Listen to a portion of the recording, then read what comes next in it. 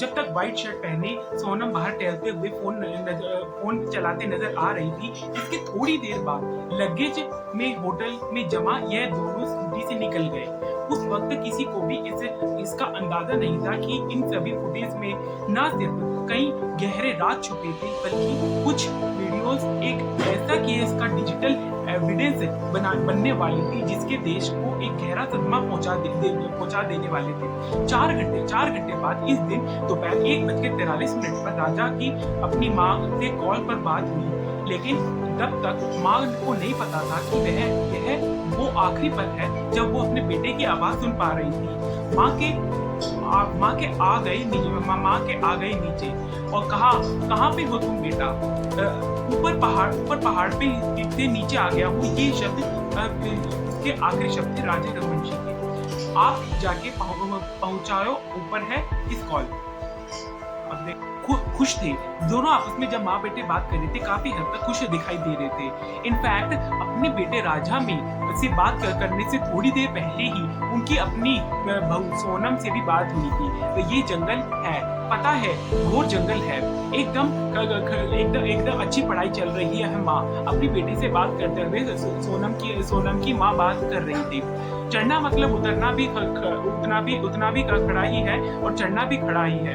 और तो वहाँ ऊपर देखने वाले के लिए गए।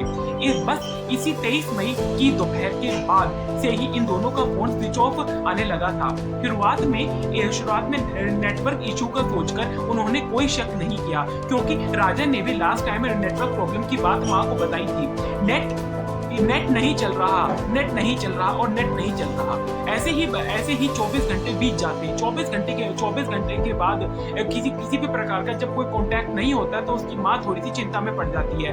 माँ का मन घबराने लगता है कि मेरे बेटे के साथ जरूर कुछ अपशकुन हुआ है। एक न्यूलीवेड कपल, ऊपर से अनजान जगह, पहाड़ी रास्ता, यह सभी बातें मन में तरह तरह के उल्टे सीधे डरावने ख्याल बैठा रही थी। दूर का जाने का मन करता है, नहीं जाना। अपना घर अच्छा है।